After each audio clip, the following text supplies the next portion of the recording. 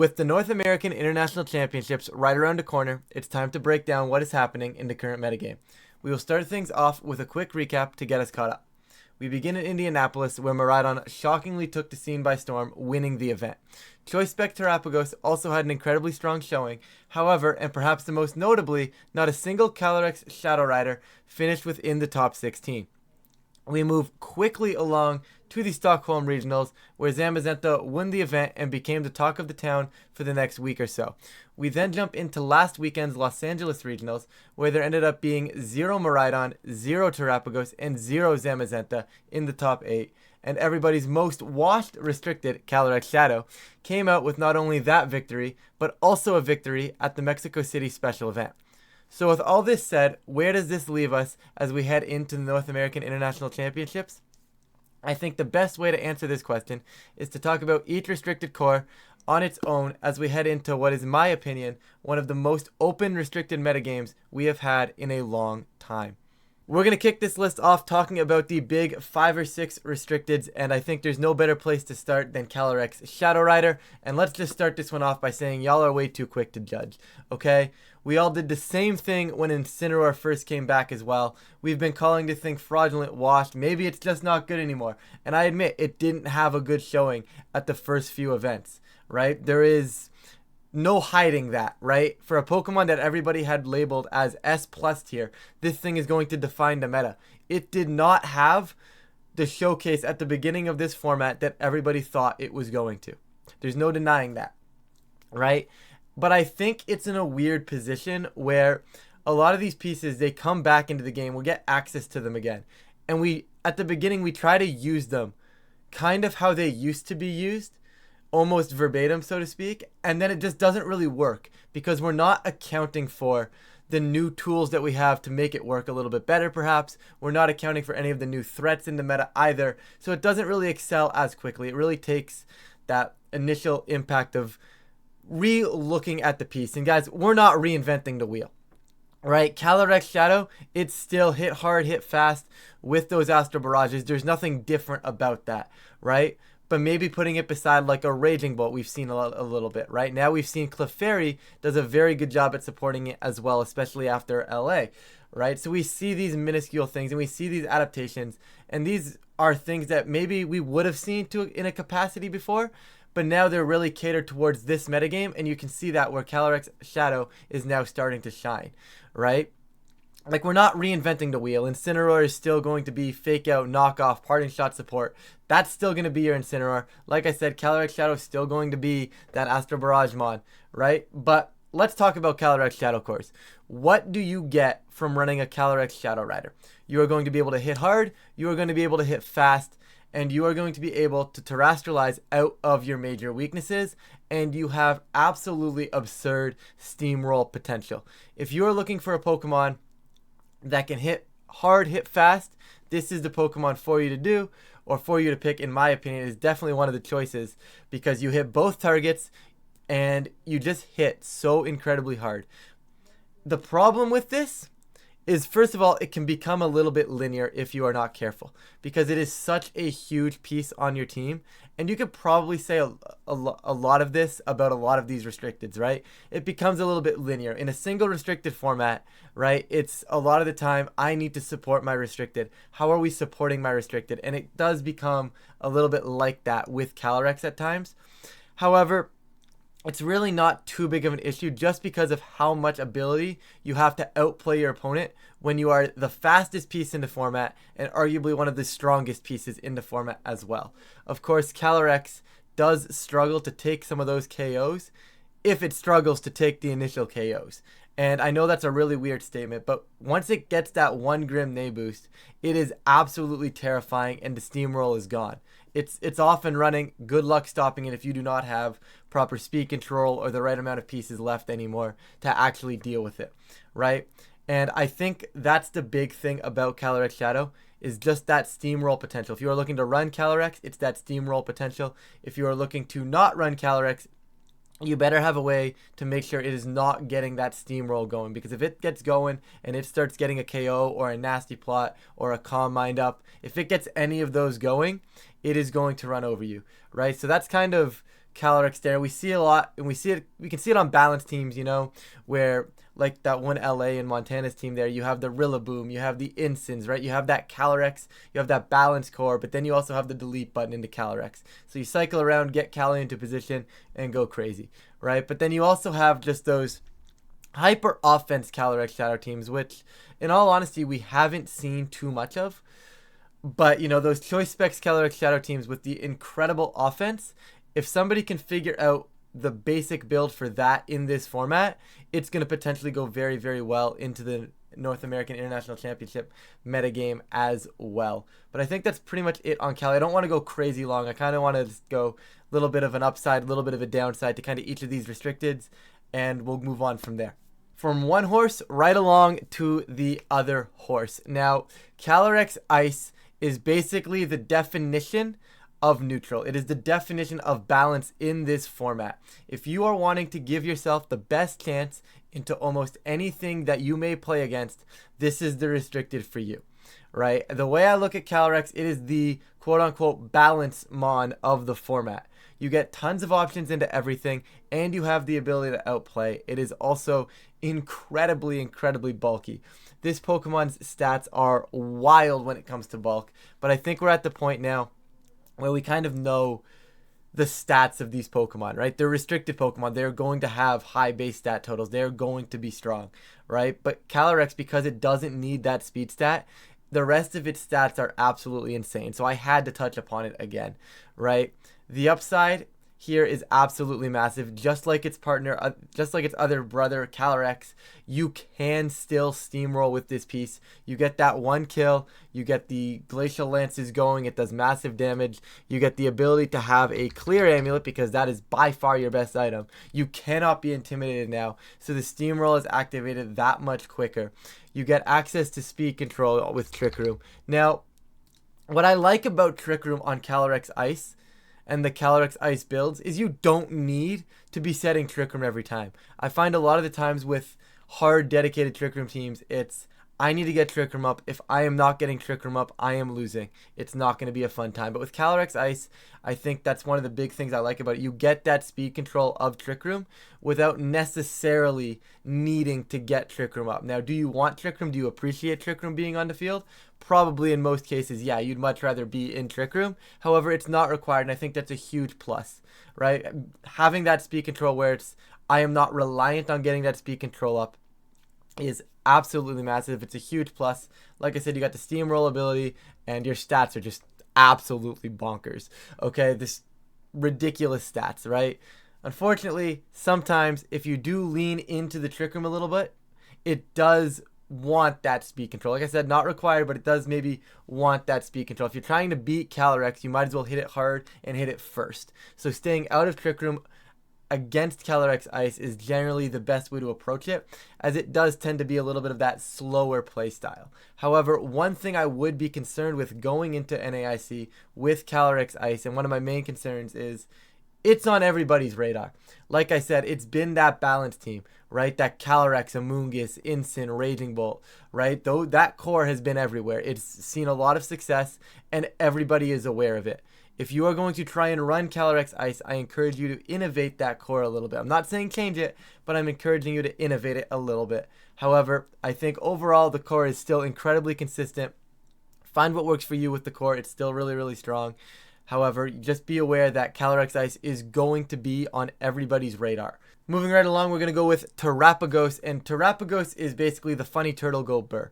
And in all honesty, guys, it's also a pretty neutral composition. It has a lot of options for it, and it has the potential to be aggressive, but it can also be the slower setup play style. Now, in my opinion, in a restricted format, in a single restricted format, I think having your restricted slot be able to do big damage immediately is incredibly, incredibly important. These are the pieces that are meant to be doing a ton of damage. So I think the offensive Terapagos tends to be a little bit better fit into the metagame right now. Overall, really not too big of a concern overall if you do choose the Combine playstyle. There are tons of options for that. However, big upside I have on Terapagos, it's tough to take down too, right? Like once you terrestrialize it, your stats are ridiculous. You have incredible HP. You've got defenses on both sides. You're a normal type, so nothing really hits it super effectively outside of those fighting moves. And when you have a restricted that's really only weak to one main thing, you can patch your restricted. You can patch those other 5 slots with pieces that aid in beating that one main thing, right? You're going to want a fairy type on this team. You're going to want a ghost type to be able to switch in, right? You can patch pieces with this team with those other 5 slots, and I think that's a huge upside because you're only weak to those big fighting moves. You also have the ability of Terra Shell. If you decide not to Terra, every single move that hits into you when you are at full HP is going to be not very effective, which is incredibly, incredibly strong, and just allows you to reposition effectively, incredibly well. Another upside is you can advance your board position when you want to Terra, right? And removing terrain is massive. Maybe I'm taking away the terrain from a Miraidon. Maybe I'm removing a Rillaboom terrain. Maybe I'm removing Psychic terrain so that I'm able to fake out that turn as well, right? You have numerous ways to advance board position, and I think with that ability on that turn where you could potentially terrestrialize, you have a lot of potential to take advantage and potentially win the game just right on the spot right there.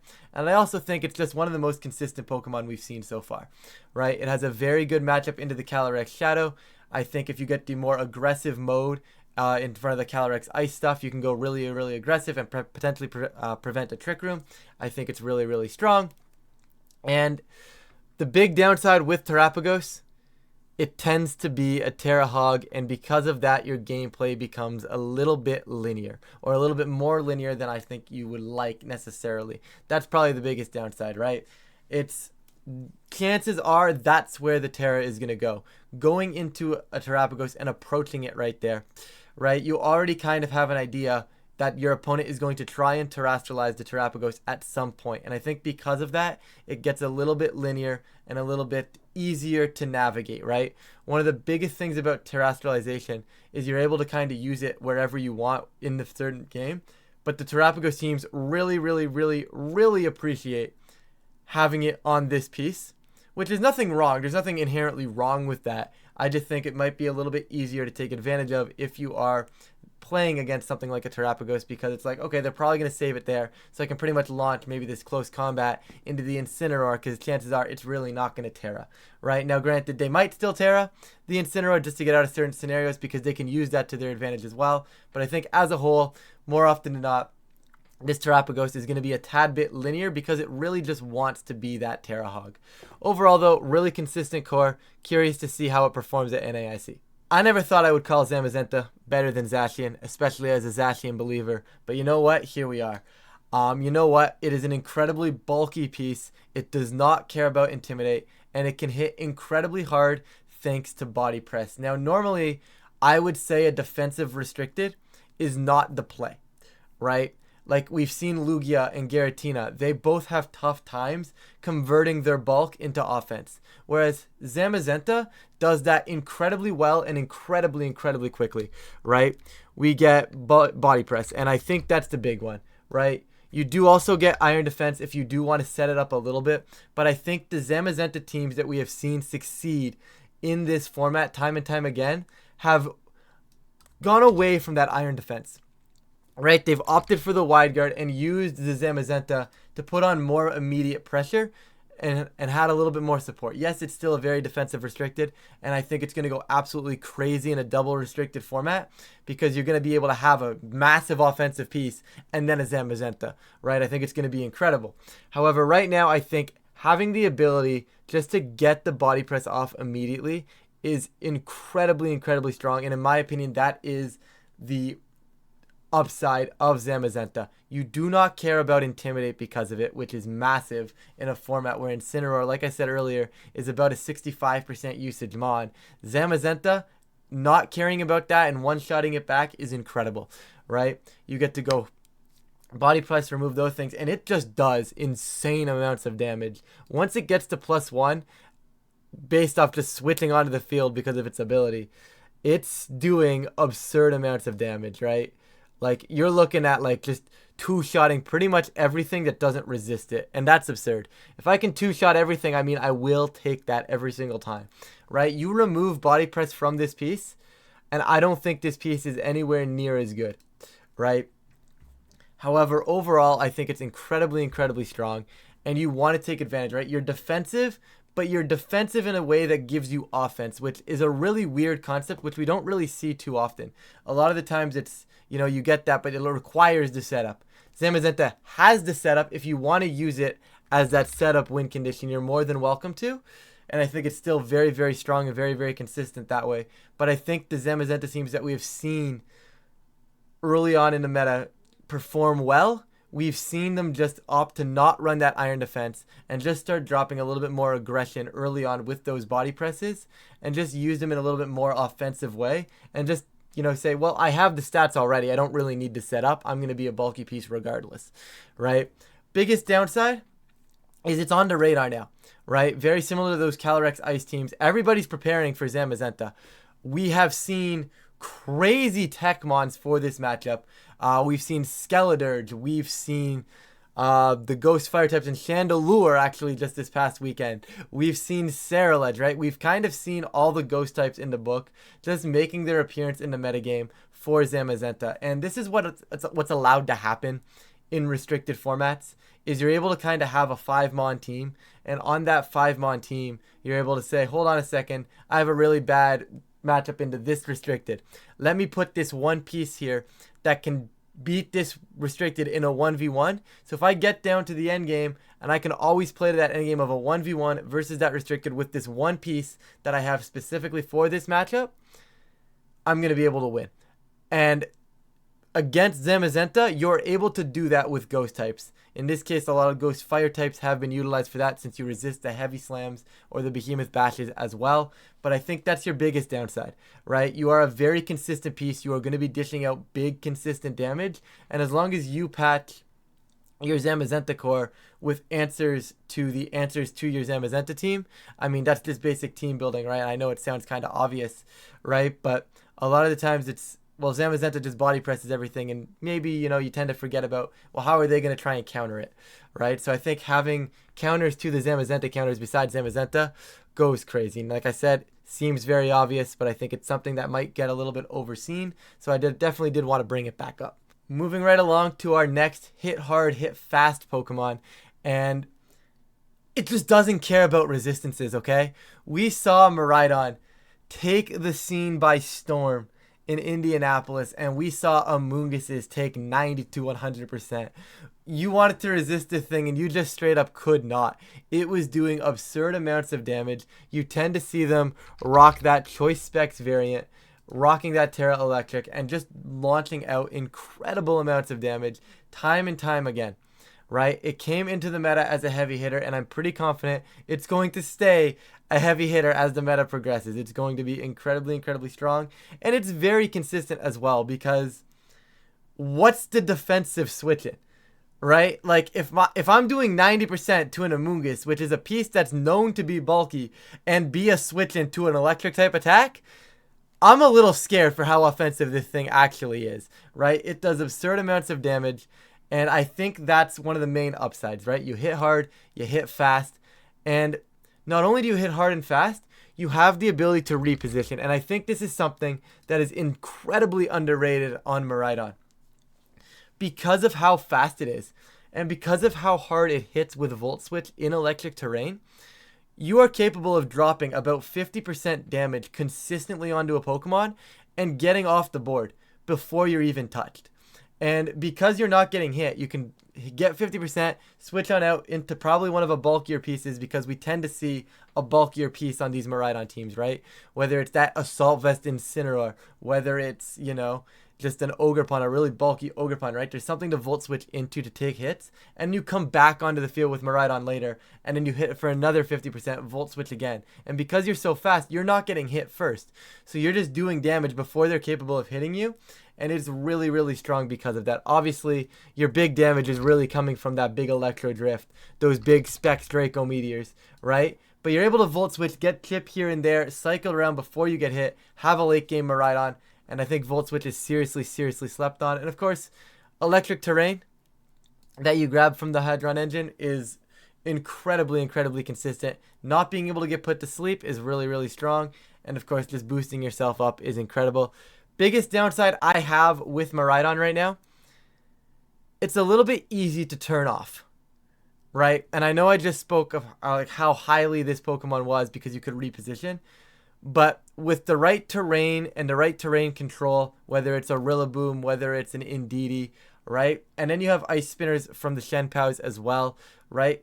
Turning off the terrain is a big hindrance for Miraidon. It's not enough to really necessarily stop it from doing exactly what it wants because it is still hitting hard despite the terrain being gone. However, a proper played terrain, proper played Ice Spinner can tend to give Miraidon a little bit of trouble. So I definitely wanted to touch upon that. And of course, one of my other issues with Miraidon is the lack of doing spread damage. And in a single restricted format, this is the only time I'm really going to talk about this. Because in a double restricted, I can afford one of my main restricteds to be doing consistent single target damage, right? Single restricted though, it's a little bit more tough to justify if my big heavy hitter isn't doing spread damage when other big heavy hitting restricteds are doing spread damage. Now, a lot of them do run discharge or parabolic charge for this purpose. The problem with this is your spread damage is now hitting your partner. And you don't have a consistent way to do spread damage that's not hitting your partner. And that, in my opinion, is the true downside to Miraidon, right? Now, granted, it's still incredibly strong. Is it really a downside? I don't think so, right? It's really not the end of the world. However, in a format where other restricteds are hitting things super hard with spread moves, you got both the Caly-X's and the Terapagoses, right? They're hitting things hard. They're hitting things spread. You got Kyogre as well, which is a little bit less of the meta. But, you know, we've got all of those Pokemon hitting things super hard. Hitting both targets is so good in this format because you're utilizing your restricted to its fullest. That's my one issue with Miraidon. But it's just something to keep an eye on, right? I don't think it's necessarily a huge issue, but it's definitely something to consider if you are considering running Miraidon. Now, I'm going to be honest, guys. I was not going to put Koraidon in this list. I was going to simply do the top 5 and then go after really briefly into some of the other ones, like some of the more wild card restricteds. But Koraidon surprised me in LA. Koraidon really surprised me in LA.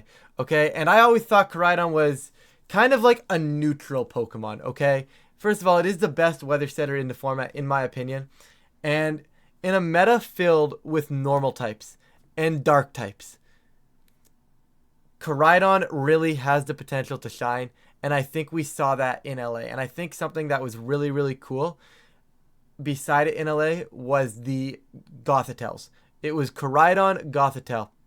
And Koraidon is a Pokemon that has a lot of neutralities, right? It's a very neutral mon, and you can position to outplay. You're not going to outright beat certain cores. You're going to have some favorable matchups. You're going to have some negative matchups. But you're not going to go outright into a match and go, yes, Koraidon wins this 100% of the time. It's not likely that it's going to happen right now. However, I think Koraidon with Gothitelle has really sparked my interest in this Pokemon. And I'm curious because my biggest issue with Koraidon was, once again, similar to Miraidon, they would just turn off your weather and you'd lose a lot of pressure, right?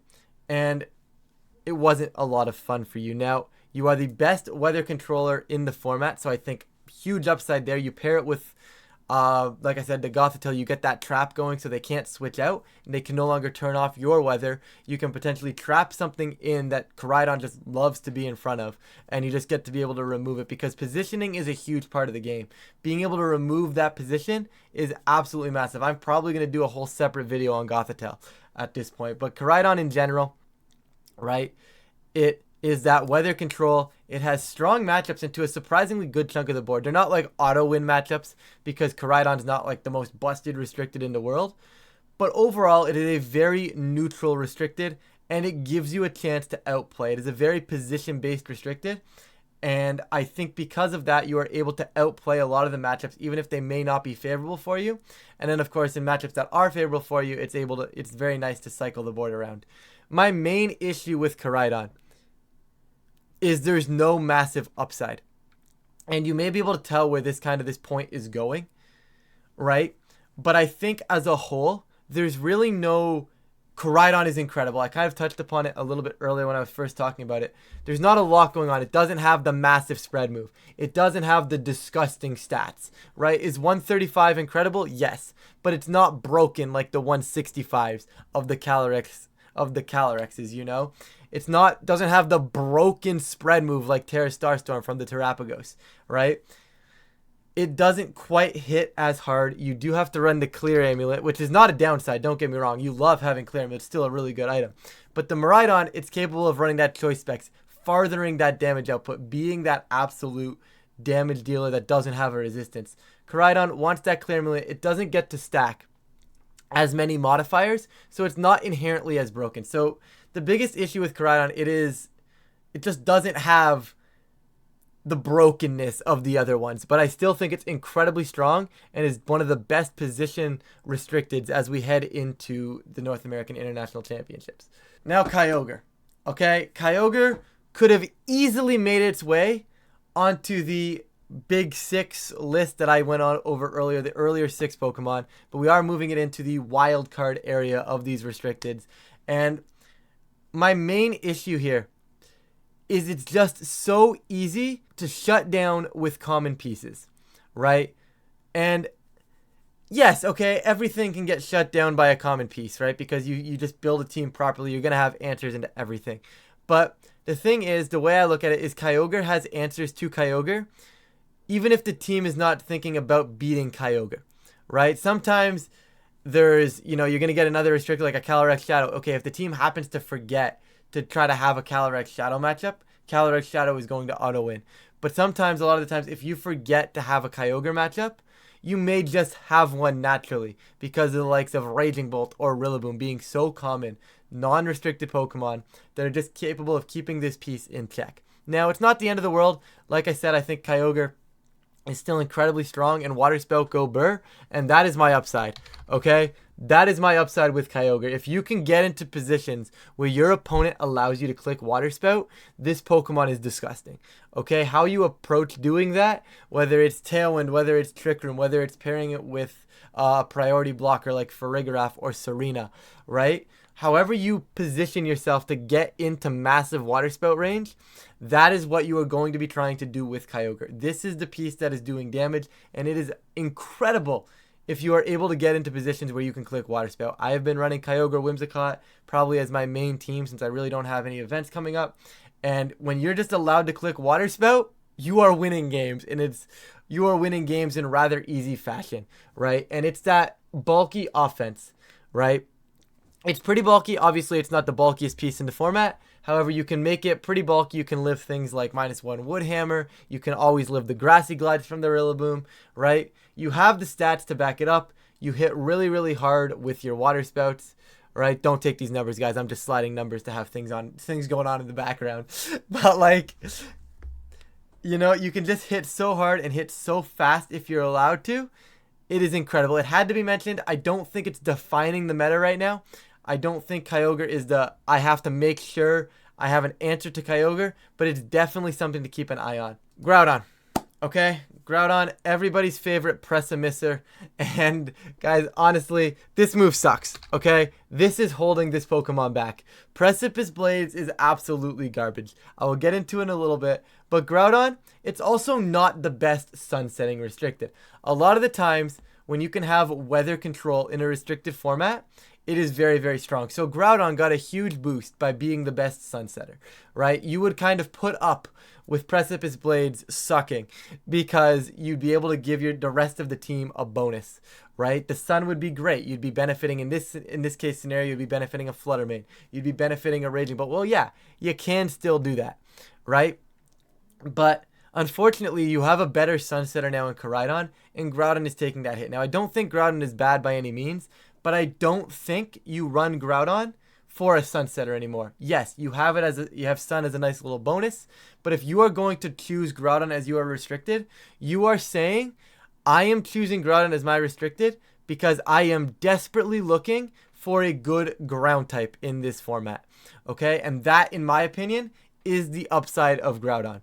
It is simply a ground type. There is not a lot of ground types right now. If you want to look for having good matchups into something like a Miraidon, having a Miraidon switch in, Groudon is available. It's normally pretty neutral into a lot of things. Doesn't really lose immediately. You do have the positioning available to you.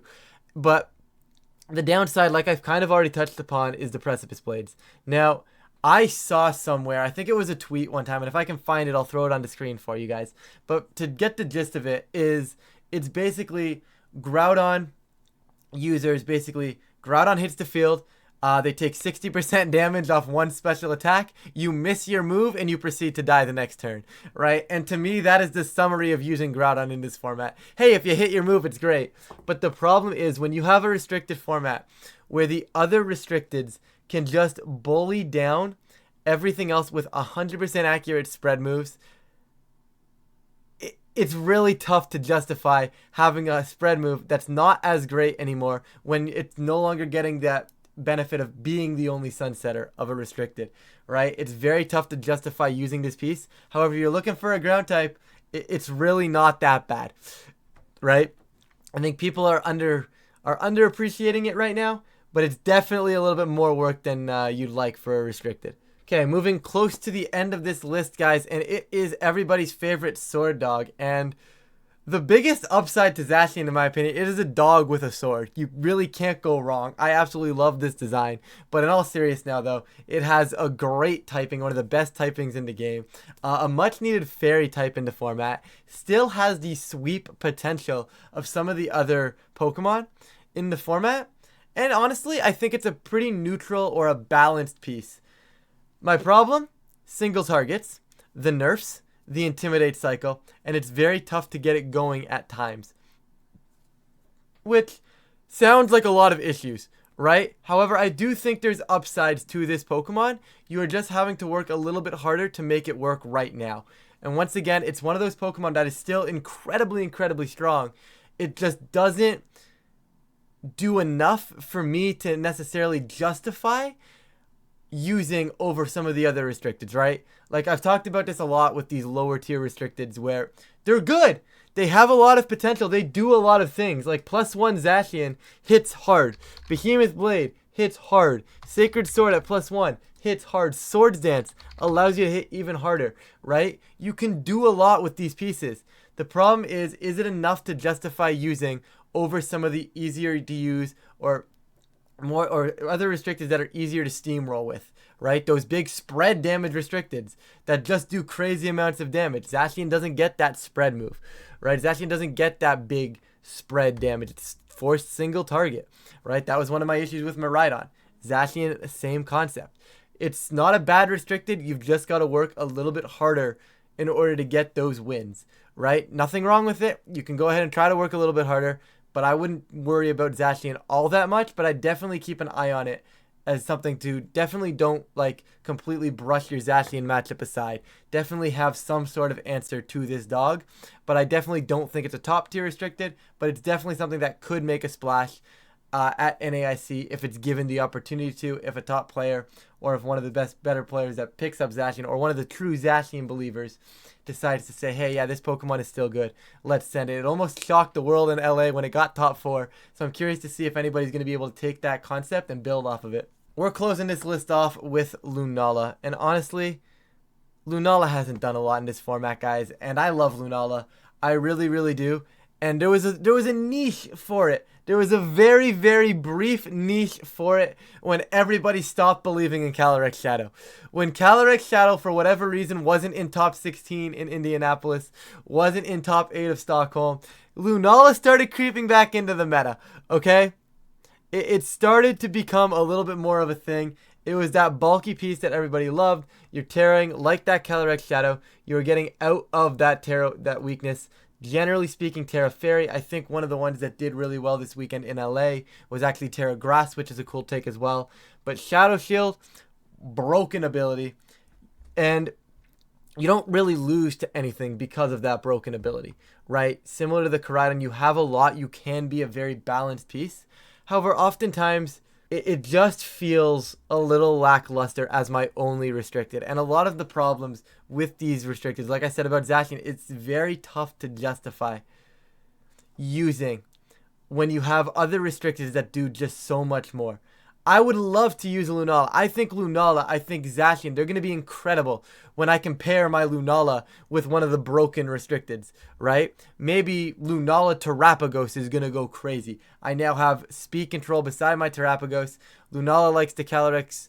Like, Lunala doesn't like the Calyrex Shadow matchup, but Lunala likes the Caly-Ice matchup, right? Terapagos loves the Caly-S matchup, doesn't like the Calyrex Ice Rider matchup as much, right? So maybe pairing those two together is great, right? But I think for right now, it's very tough to justify using Lunala over some of the other restricteds. And very similar to the Koraidon, like I said earlier, there's no real massive upside. There's no, yes, Lunala is giving me this matchup, this matchup, and this matchup. It's going to go crazy, right? It's kind of that neutral piece that's really, really strong, but doesn't do a whole lot unless you're really trying to get it going, right? Obviously, Power Meteor Beam is pretty strong to get the +1, right? But I think it really needs that +1 to get going. It's got a lot of neutralities across the board. Doesn't really lose to anything, but at the same time, it doesn't really pack that punch that I like from a restricted. So we're going to wrap this one up here, guys, and this is kind of where we're sitting with our restricteds as we approach NAIC.